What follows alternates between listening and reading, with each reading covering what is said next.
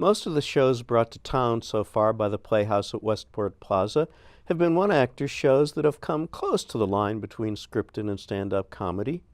Close to the line, but not over it so far.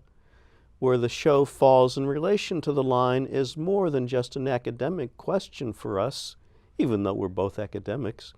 If a show really is just stand-up comedy, then there's no reason for a theater critic to review it.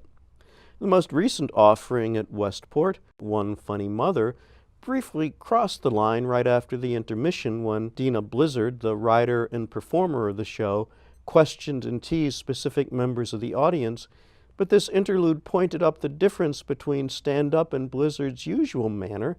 She wasn't speaking directly to the audience as she delivered her monologue about the chores and challenges of marriage and parenthood while dealing with one of those chores, folding the laundry. I'm not sure who Blizzard was speaking to, maybe herself, maybe an unseen or imaginary friend, but the relationship between the actor and the audience was primarily what you would expect in a theater, not a comedy club.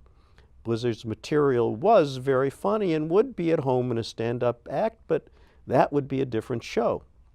Eventually, Blizzard referred back to the tidbits she picked up about the audience members she spoke with, but these moments got a big response precisely because they were the exception rather than the rule.